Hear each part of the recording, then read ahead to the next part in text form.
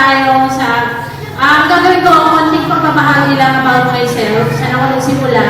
Tsaka kung paano ko narinig yung mga pangarap ko. Okay? Sino nga ba si Ate Sheila? Ako si Ate Sheila, anak ni Ma'am Presi Cansino. Kami ay galing sa mahirap na family.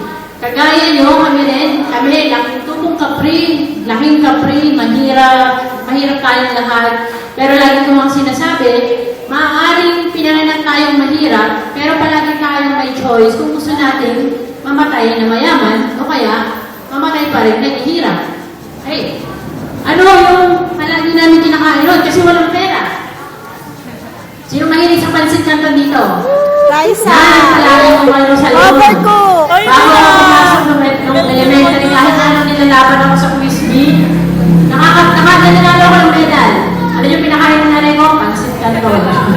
Sa pansit kanton, ang lagi namin ulam, sardinas, galunggong. At galunggong na lang, alam niyo po, bilang na bilang pa yan. Magluluto si nanay ng 5 kami magkakapatid, 5 galunggong o tigil-isa. Parang galunggong yung alam, tigil-isa pa rin. Ganun kami kahirap. That's true, hindi po wala pong halong biro.